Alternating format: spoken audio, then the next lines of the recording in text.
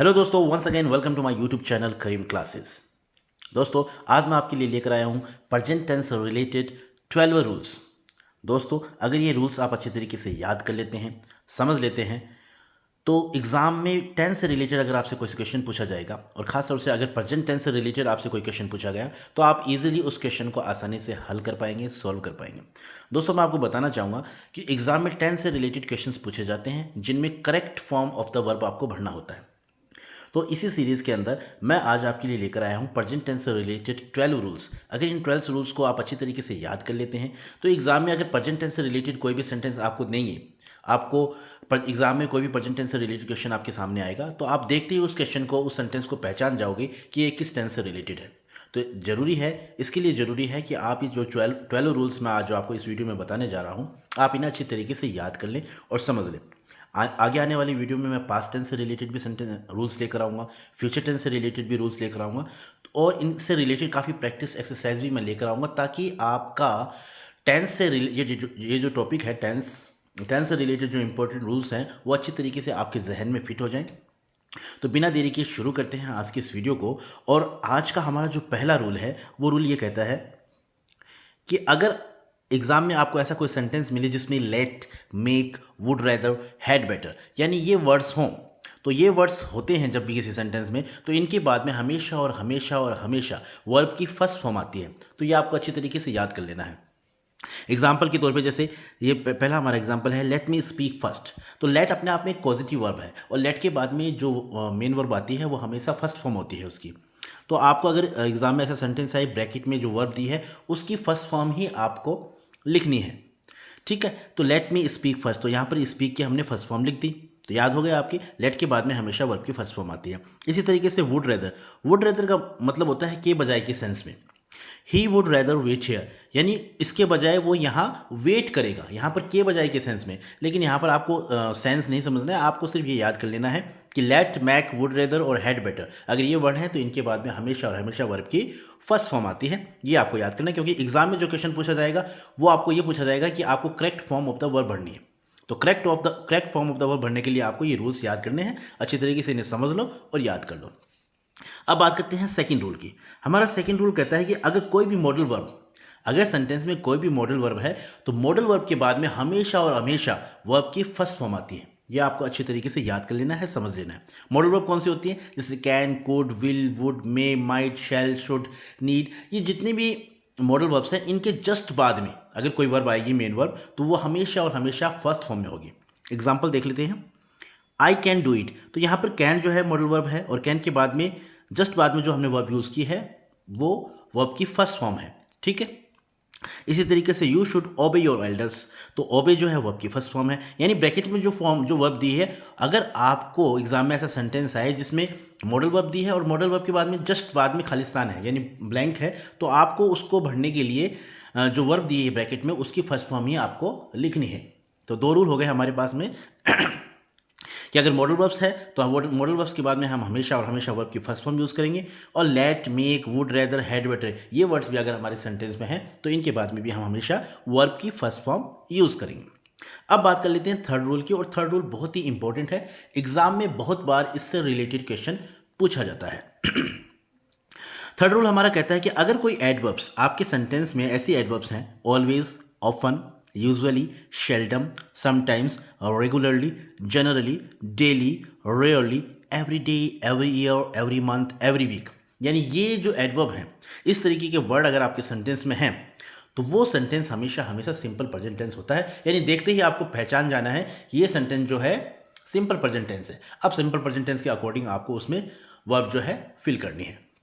देख लेते हैं एग्जाम्पल। जैसे हमारा पहला एग्जाम्पल है गॉड ऑलवेज डज जस्टिस, तो ऑलवेज को देखकर ही हम पहचान गए कि यहाँ पे ये सेंटेंस जो है ये हमारा प्रेजेंट टेंस का है। और प्रेजेंट टेंस का है तो प्रेजेंट टेंस में हमेशा वर्ब की फर्स्ट फॉर्म आती है और उसमें सब्जेक्ट के अकॉर्डिंग हम एस या यस लगाते हैं। अगर हमारा सब्जेक्ट सिंगुलर है तो हम यस लगा देंगे, एस या यस लगा देंगे। अदरवाइज हम जो हमारी मेन वर्ब है वैसी की वैसी हम लिख देंगे।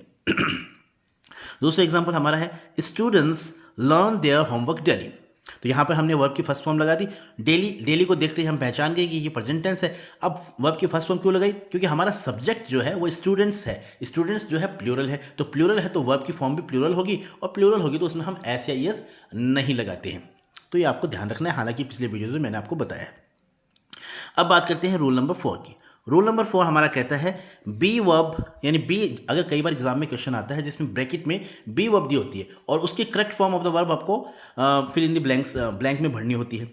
तो अब बी की कौन सी फॉर्म होती है? तो दोस्तों मैं आपको बताना चाहूँगा, बी की फॉर्म होती है, प्रेजेंट फॉर्म तो होती है इज एम आर, और बी की पास्ट फॉर्म होती है वॉज वर, और बी की पास्ट पार्टिसिपल यानी थर्ड फॉर्म होती है बीन। इसी तरीके से रीरन, और प्रेजेंट पार्टिसिपल बी की फॉर्म होती है बीइंग, है ना। फ्यूचर फॉर्म होती है विल बी। तो इस तरीके से बी की फॉर्म है। अब एग्जाम में आपको ब्रैकेट में अगर बी वर्ब दी है तो उसको आपको किस तरीके से उसका आंसर करना है। जैसे हमारा पहला एग्जाम्पल है, rain is a gift of nature. तो यहाँ पर देखिए रेन के साथ हमने इज़ यूज़ किया, तो इज़ जो है बी की प्रेजेंट फॉर्म है, क्योंकि ये अपने आप में एक ऐसे यूनिवर्सल ट्रूथ भी है ना, जनरल ट्रूथ भी है। तो रेन के साथ हमने आर तो यूज़ कर नहीं सकते, एम भी हम यूज़ नहीं कर सकते, तो बी की कौन सी फॉर्म आएगी? इज़ आ जाएगी, ठीक है। इसी तरीके से हमारा जो दूसरा सेंटेंस है, if I were A bird I would fly in the sky. तो एक बात मैं आपको बताना चाहूँगा दोस्तों, अगर ऐसे कंडीशनल सेंटेंस, ये कंडीशनल सेंटेंस टाइप 2 है, अगर ऐसे सेंटेंस आए एग्जाम में, आपके सामने ऐसा सेंटेंस आता है और जिसमें इफ़ वाले क्लोज में आपको ब्लैंक को फिल करना है, correct form of the verb आपको भरनी है, तो इफ़ वाले क्लोज में सब्जेक्ट के बाद में भले ही सब्जेक्ट आपका फर्स्ट पर्सन हो, सेकेंड पर्सन हो या थर्ड पर्सन हो, यानी आई हो या यू हो या ही सी इट, कोई भी हो, इफ वाले क्लोज में अगर बी फॉर्म आपको भरनी है तो आप वर भरेंगे। क्या लिखेंगे? वर फिल करेंगे आप, ठीक है।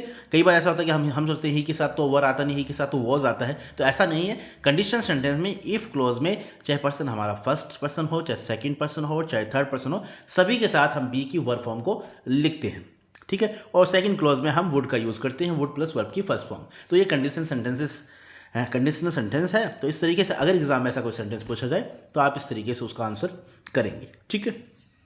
रूल नंबर 5 क्या कहते हैं?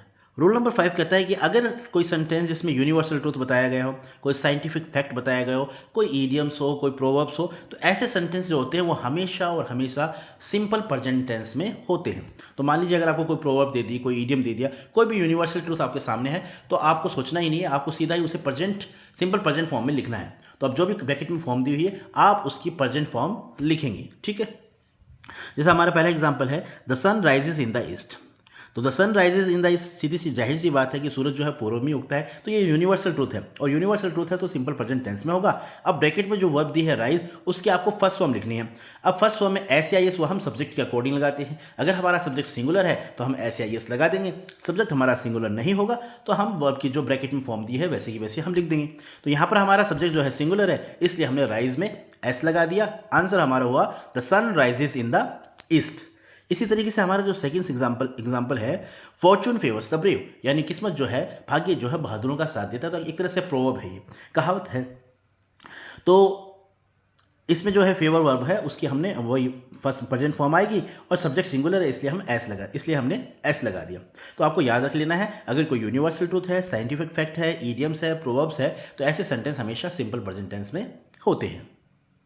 अब बात करते हैं रूल नंबर 6 की।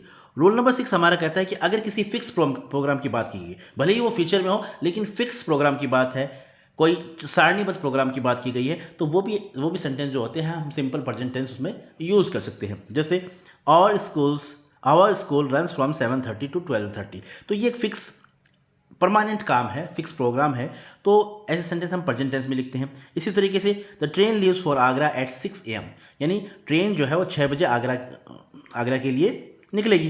तो भले ही फ्यूचर का सेंस आ रहा हो, लेकिन ऐसे सेंटेंस जो है फिक्स प्रोग्राम की, अगर किसी सेंटेंस में बात हो रही है, टेबल प्रोग्राम्स की बात हो रही है, सारणीबद्ध प्रोग्राम की बात हो रही है, तो वो सेंटेंस भले ही आपको फ्यूचर में लगते हो, लेकिन आप उनमें सिंपल प्रेजेंट टेंस का यूज़ करेंगे।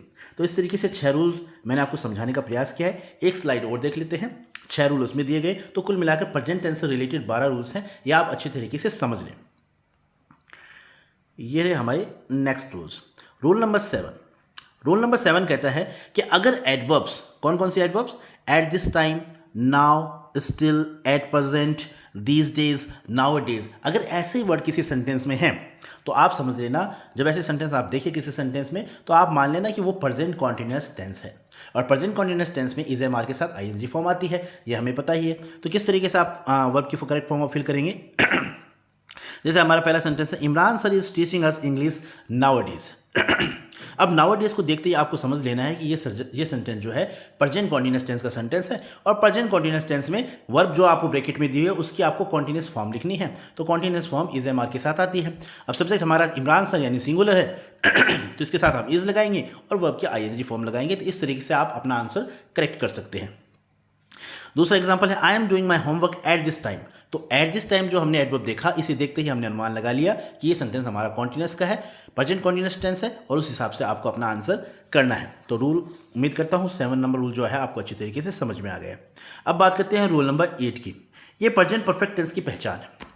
यानी प्रेजेंट परफेक्ट टेंस की पहचान होती है कि ऐसे सेंटेंसेस में, यानी प्रेजेंट परफेक्ट टेंस का जो सेंटेंस होता है उसमें अमूमन so far, up to, just, yet, already, recently ऐसे एडवर्ब्स हैं वो देखने को मिलते हैं। तो अगर आपको किसी सेंटेंस में ऐसे वर्ड्स मिले, so far, up to, just, yet, already, recently, ये वर्ड्स मिले आपको देखने को, तो आप समझ लेना कि वो प्रेजेंट परफेक्ट टेंस है। और प्रेजेंट परफेक्ट टेंस में हमेशा और हमेशा हैज या हैव के साथ वर्ब की थर्ड फॉर्म का यूज़ हम करते हैं।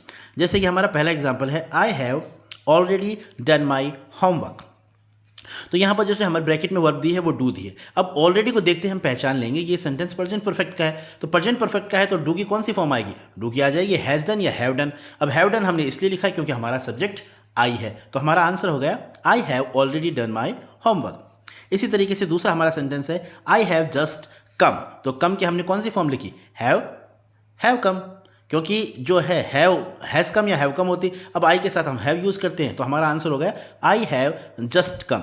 तो कुल मिला के जस्ट, ऑलरेडी, अगर रिसेंटली, यट, अप टू, सो फार ऐसे वर्ड हैं किसी सेंटेंस में, तो आप अंदाज़ा लगा लेना कि वो सेंटेंस प्रेजेंट परफेक्ट का है और उसी के अकॉर्डिंग आपको अपना आंसर देना है।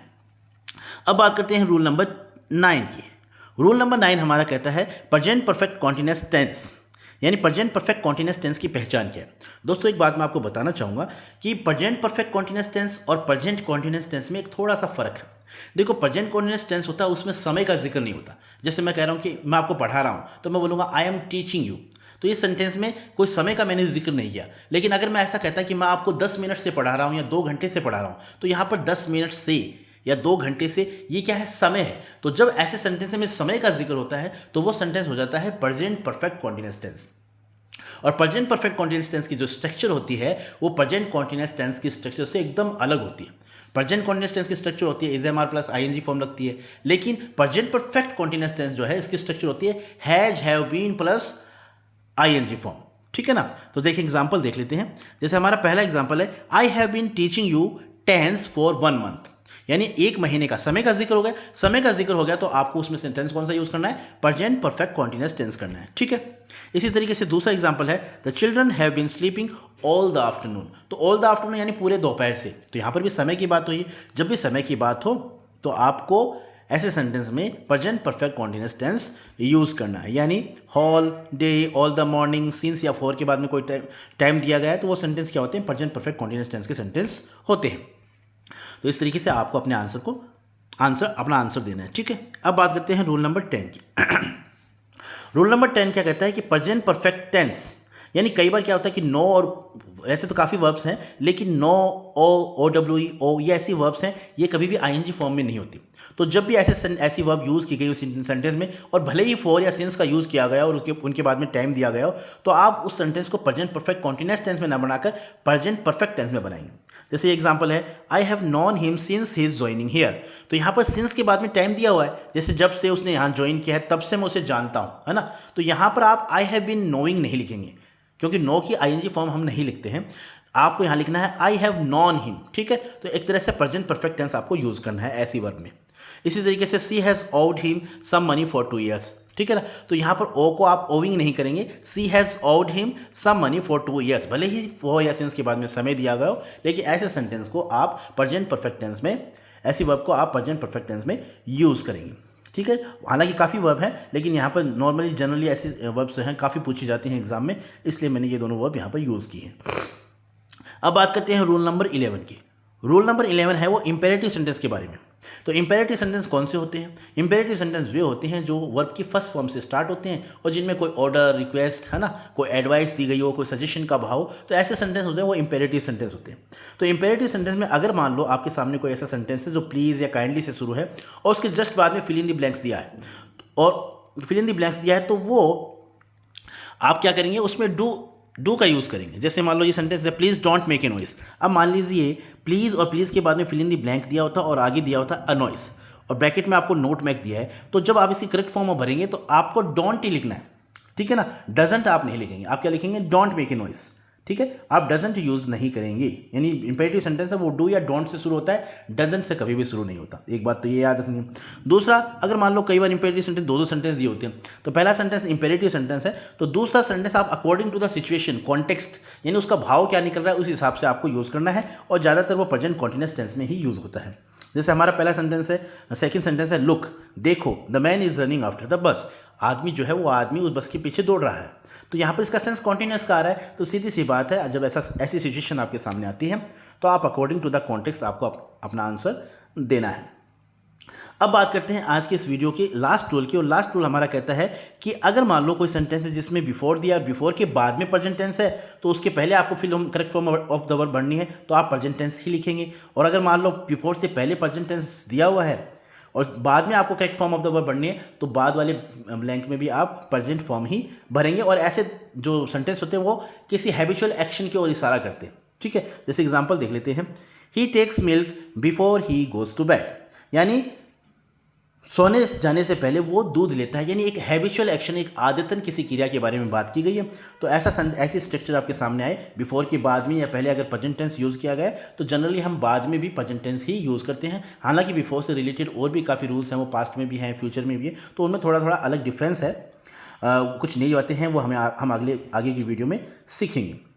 तो इस तरीके से आज प्रेजेंट टेंस से रिलेटेड 12 रूल्स मैंने आपको समझाने का प्रयास किया है। उम्मीद करता हूं आपको ये वीडियो पसंद आया होगा। दोस्तों, अगर आपको मेरा ये वीडियो पसंद आया है तो प्लीज़ इसे लाइक, शेयर और सब्सक्राइब ज़रूर करिएगा, क्योंकि आपका एक लाइक, एक शेयर और एक सब्सक्राइब मुझे मोटिवेट करता है। जल्दी मिलेंगे एक नए वीडियो में नई प्रैक्टिस एक्सरसाइज के साथ। Thank you so much for watching this video. Thank you.